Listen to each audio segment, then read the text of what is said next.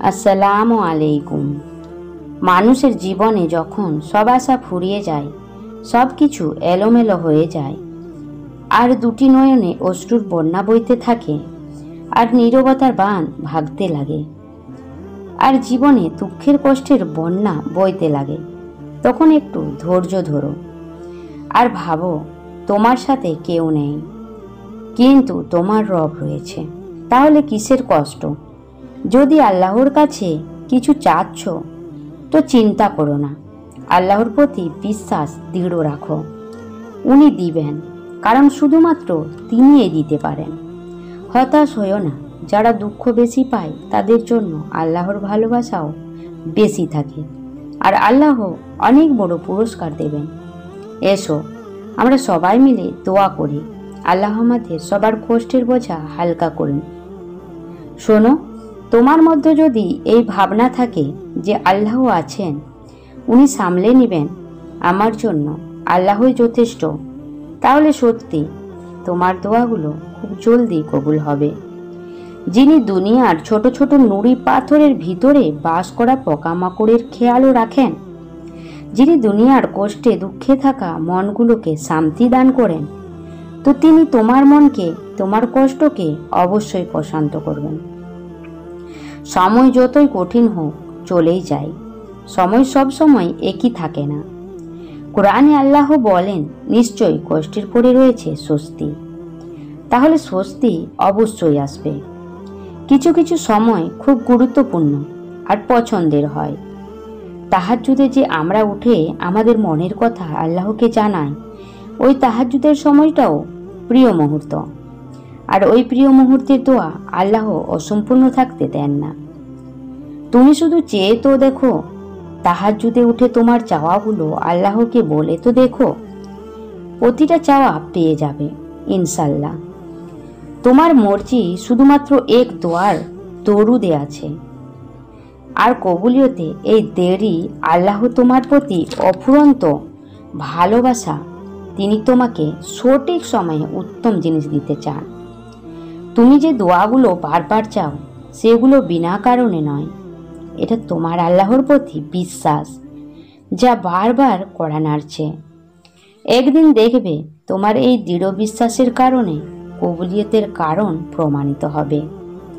তোমার করা দোয়াগুলো আল্লাহ কখনো রদ করেন না, শুধুমাত্র দেখেন তুমি তার উপরে কতটা বিশ্বাস রাখো। যতটা বেশি বিশ্বাস হবে তত তাড়াতাড়ি দোয়াগুলো কবুল হবে।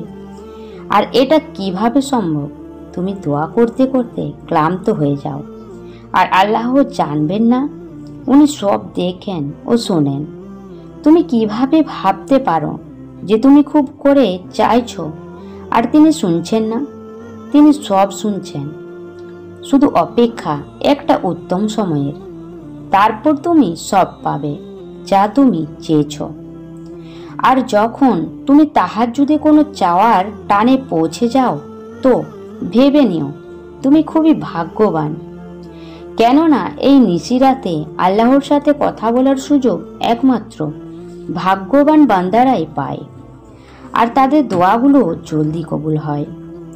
তুমি যখন কোনো জিনিসকে তোমার জন্য কল্যাণ মনে করো না, হতে পারে আল্লাহ সেটাতেই তোমার জন্য কল্যাণ রেখেছেন।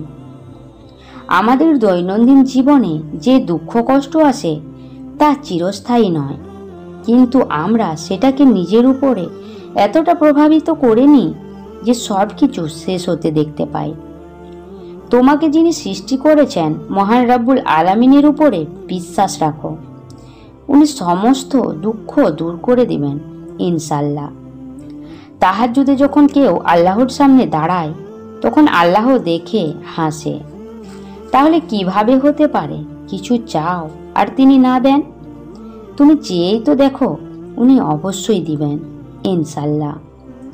তোমার নসিব আল্লাহর হাতে আছে, কিন্তু তিনি তোমাকে দোয়ার মতো শক্তি দিয়েছেন, যেটাতে সেই সব কিছু তোমার নসিব হয়ে যাবে যা তুমি চাও। যখন বিশ্বাস আল্লাহর উপরে থাকে, তো প্রতিটা জিনিসের চিন্তা করে ছেড়ে দাও, কেননা ওই সত্তা কাউকে নিরাশ করে না। দরুদ শরীফ আর ইস্তেগফার পড়তে থাকো। এই আমলে আল্লাহ তাআলা এতটা শক্তি দিয়েছেন যে তোমাকে সমস্ত পাপ থেকে বিরত এবং শুদ্ধ রাখতে সাহায্য করবে এবং তোমার দোয়ার কবুলিয়ত ও খুব জলদি পেয়ে যাবে। তুমি যেটাকে খুব চাও আর অসম্ভব মনে করে কান্না করতে থাকো, আল্লাহ সেটাই তোমাকে দেবে তোমার খুশির জন্য। আল্লাহ দিতে চান, এই জন্যই তো স্বপ্ন দেখান। আল্লাহ তোমাকে হাত তুলে চাওয়ার তৌফিক দিয়েছেন।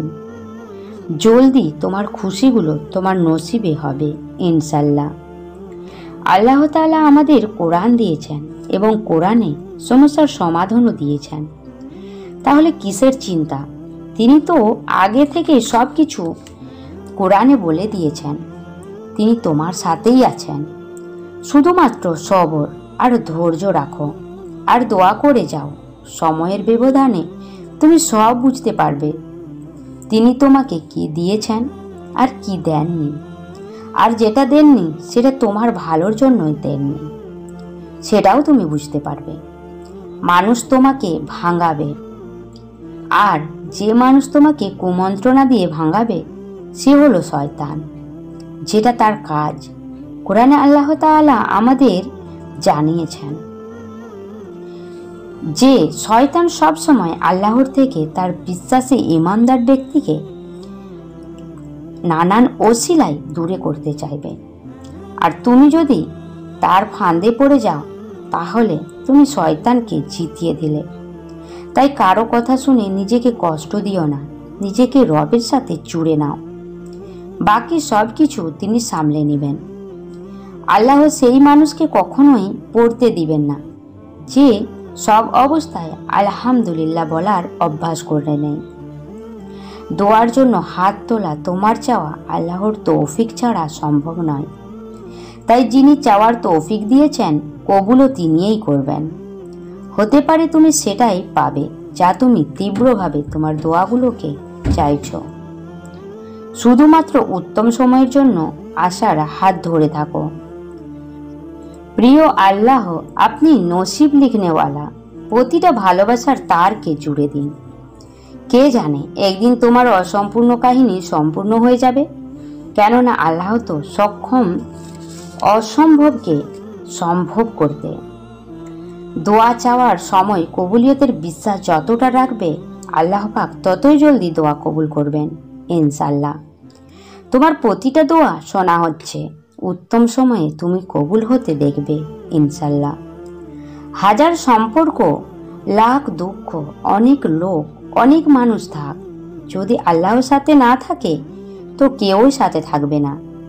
কোনো হাত নেই, মঞ্জিল নেই, কোনো আশ্রয় নেই। কেননা আল্লাহই সেই আশ্রয়, আর শুধুমাত্র আল্লাহই আছেন। আল্লাহ যখন রাজি হন তো পুরো দুনিয়াকে ওসিলা বানিয়ে দেন কবুলিয়তের জন্য। নিশানি খুঁজছ, এর চেয়ে ভালো নিশানি আর কি হবে? আল্লাহ তোমার অন্তর দোয়ার দিকে লাগিয়ে রেখেছে, কিন্তু কথা শুধুমাত্র আমাদের অন্তরে থাকে। আর আমরা আল্লাহর কাছে শুধুমাত্র সেই সব বলতে পারি শুধু তিনি বোঝেন মনের অবস্থা। তুমি শুধুমাত্র দোয়া করো। কবুলিয়তে দেরির কথা ভেবে হতাশ হয়ো না। সময় প্রমাণ করে দিবে যে আল্লাহর তরফ থেকে এই দেরি তোমার হকে কতটা উত্তম ছিল। বিশ্বাস রাখো আল্লাহ সর্বোত্তম দেবেন। বিশ্বাস রাখো তুমি সব কিছুই পাবে যা তুমি চেয়ে এসেছ, শুধু এই জন্য যে তুমি সবর করেছ আর চাওয়া ছাড়নি।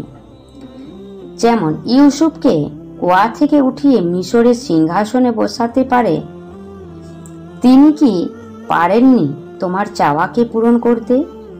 অবশ্যই পারেন।